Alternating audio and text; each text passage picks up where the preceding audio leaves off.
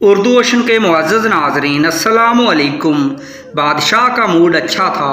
वो नौजवान वज़ीर की तरफ बढ़ा और मुस्कुरा कर बोला, तुम्हारी ज़िंदगी की सबसे बड़ी ख्वाहिश क्या है? वज़ीर शर्मा गया।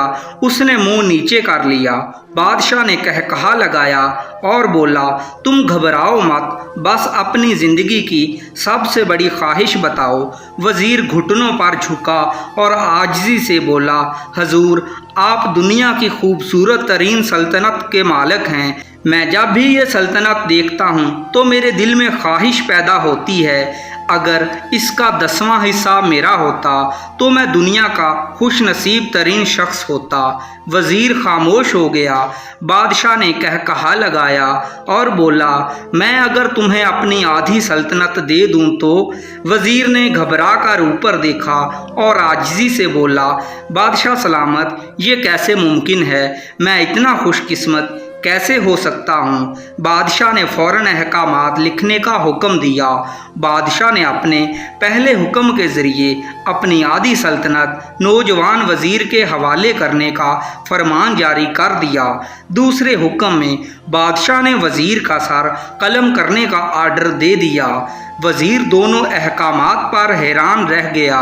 बादशाह ने अहकामात पर मोहर लगाई और वज़ीर की आंखों में आंखें डालकर बोला, तुम्हारे पास 30 दिन हैं। तुमने इन 30 दिनों में सिर्फ 3 सवालों के जवाब तलाश करने हैं। तुम कामयाब हो गए तो मेरा दूसरा हुक्म मनसूख हो जाएगा और तुम्हें आधी सल्तनत मिल जाएगी, और अगर तुम नाकाम हो गए तो पहला हुक्म खारिज समझा जाएगा और दूसरे हुक्म के मुताबिक तुम्हारा सर उतार दिया जाएगा। वज़ीर की हैरत परेशानी में बदल गई। उसके बाद बादशाह ने कहा, मेरे 3 सवाल लिख लो। वज़ीर ने लिखना शुरू कर दिया। बादशाह ने कहा, इंसान की ज़िंदगी की सबसे बड़ी सच्चाई क्या है? बादशाह रुका और बोला, दूसरा सवाल, इंसान की ज़िंदगी का सबसे बड़ा धोखा क्या है? वो रुका और फिर बोला, तीसरा सवाल, इंसान की ज़िंदगी की सबसे बड़ी कमज़ोरी क्या है? बादशाह ने उसके बाद नकारे पर चोट लगवाई और बाआवाज़ बुलंद फरमाया, तुम्हारा वक़्त शुरू होता है अब। वज़ीर ने दोनों परवाने उठाए और दरबार से दौड़ लगा दी। उसने उस शाम मुल्क भर के दानश्वर, अदीब, मुफक्कर और ज़हीन लोग जमा किए और सवाल उनके सामने रख दिए। मुल्क भर के दानश्वर सारी रात बहस करते रहे, लेकिन वज़ीर ने दूसरे दिन दानश्वर बढ़ा दिए, लेकिन नतीजा वही निकला। वो आने वाले दिनों में लोग बढ़ाता रहा, मगर उसे कोई तसल्ली बख्श जवाब ना मिल सका। यहाँ तक कि वो मायूस होकर दारुल हुकूमत से बाहर निकल गया। वो सवाल उठाकर पूरे मुल्क में फिरा, मगर उसे कोई तसल्ली बख्श जवाब ना मिल सका। वो मारा मारा फिरता रहा, शहर शहर, गांव गांव की खाक छानता रहा। शाही लिबास फट गया, पगड़ी ढीली होकर गर्दन में लटक गई, जूते फट गए और पाँव में छाले पड़ गए। यहाँ तक कि शर्त का आखिरी दिन आ गया। अगले दिन उसने दरबार में पेश होना था। वज़ीर को यकीन था कि ये उसकी ज़िंदगी का आखिरी दिन है। कल उसकी गर्दन काट दी जाएगी और जिस्म शहर के मरकज़ी पुल पर लटका दिया जाएगा। वो मायूसी के आलम में दारुल हुकूमत की कच्ची आबादी में पहुंच गया। आबादी के सिरे पर एक फ़कीर की झोंपड़ी थी। वो गिरता पड़ता उस कुटिया तक पहुंच गया। फ़कीर रूखी सूखी रोटी पानी में डबो कर खा रहा था, साथ ही दूध का प्याला पड़ा था, और फ़कीर का कुत्ता शराब शराब की आवाज़ों के साथ दूध पी रहा था। फ़कीर ने वज़ीर की हालत देखी, कहकहा लगाया और बोला, जनाबे आली, आप सही जगह पहुँचे हैं। आपके 3 सवालों के जवाब मेरे पास हैं। वज़ीर ने हैरत से उसकी तरफ देखा और पूछा, आपने कैसे अंदाज़ा लगा लिया मैं कौन हूँ और मेरा मसला क्या है? तो फ़कीर ने सूखी रोटी के टुकड़े छाबे में रखे, मुस्कुराया, अपना बोरिया उठाया और वज़ीर से कहा, ये देखिए, آپ کو سمجھ آ جائے گی۔ وزیر نے دیکھا بوریے کے نیچے شاہی خلعت بچھی تھی۔ یہ وہ لباس تھا جو بادشاہ اپنے قریب ترین وزراء کو عنایت کرتا تھا۔ فقیر نے کہا جناب عالی، میں بھی اسی سلطنت کا وزیر ہوتا تھا۔ بادشاہ نے ایک بار خوش ہو کر مجھے بھی کہا تھا کہ جو مانگنا ہے مانگ لو، اور میں نے بھرے دربار میں ملکہ کو بے لباس کر کے ہم بستری کرنے کی خواہش کی تھی۔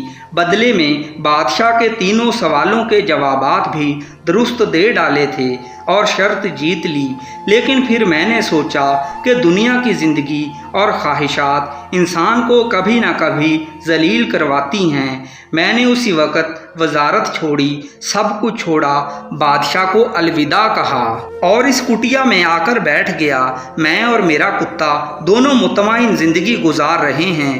وزیر کی حیرت بڑھ گئی، لیکن یہ سابق وزیر کی حماقت کے تجزیے کا وقت نہیں تھا، جواب معلوم کرنے کی گھڑی تھی۔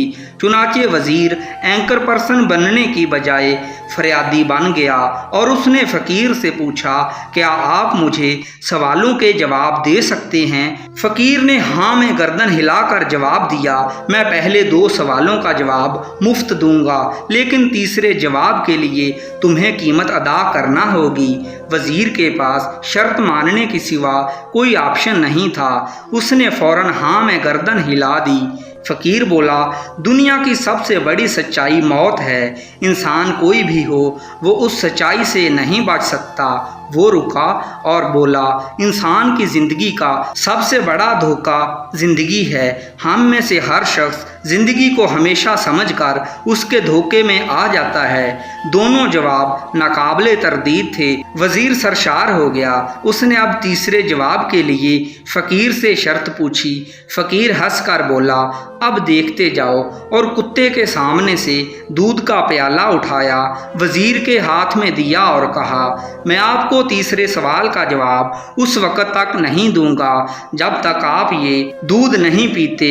وزیر کے ماتھے پر پسینہ آ گیا، اس نے نفرت سے پیالہ زمین پر رکھ دیا۔ وہ کسی قیمت پر کتے کا چھوڑا دودھ نہیں پینا چاہتا تھا۔ فقیر نے کندھے اچکائے اور کہا، تمہارے پاس 2 راستے ہیں، تم انکار کر دو اور شاہی جلاد کل تمہارا سر اتار دے، یا پھر تم یہ دودھ پی جاؤ، تمہاری جان بھی بچ جائے گی اور آدھی سلطنت بھی مل جائے گی۔ فیصلہ بہرحال تم نے کرنا ہے۔ وزیر مخمصے میں پھنس گیا، ایک طرف زندگی اور آدھی سلطنت اور دوسری طرف کتے کا چھوڑا دودھ۔ وہ سوچتا رہا یہاں تک کہ جان اور مال جیت گیا اور عزت نفس ہار گئی۔ فقیر نے پیالہ اٹھایا اور ایک ہی سانس میں دودھ پی گیا۔ فقیر بولا، میرے بچے، انسان کی سب سے بڑی کمزوری غرض ہوتی ہے، اس لیے اسے کتے کا چھوڑا دودھ تک پینے پر مجبور کر دیتی ہے، اور یہ وہ سچ ہے جس نے مجھے سلطنت کا پروانہ پھاڑ کر کٹیا میں بیٹھنے پر مجبور کیا۔ میں جان گیا تھا میں جوں موت کو فراموش کرتا جاؤں گا اتنا ہی غرض کی دلدل میں دھنستا جاؤں گا، اور مجھے روز جینے کے لیے غرض کا غلیظ دودھ پینا پڑے گا۔ لہٰذا میرا مشورہ ہے، زندگی کی حقیقتوں کو جان لو، تمہاری زندگی اچھی گزرے گی۔ وزیر خجالت اور شرمندگی لے کر فقیر کی کٹیا سے نکلا اور محل کی طرف چل پڑا۔ محل کے قریب پہنچ کر اس کے احساس شرمندگی میں اضافہ ہوتا جا رہا تھا۔ اس کے اندر ذلت کا احساس بڑھ رہا تھا، اور اس احساس کے ساتھ محل کے دروازے پر پہنچا۔ اس کے سینے میں خوفناک درد کی لہر اٹھی، وہ گھوڑے سے گرا، لمبی ہچکی لی اور اس کی روح پرواز کر گئی۔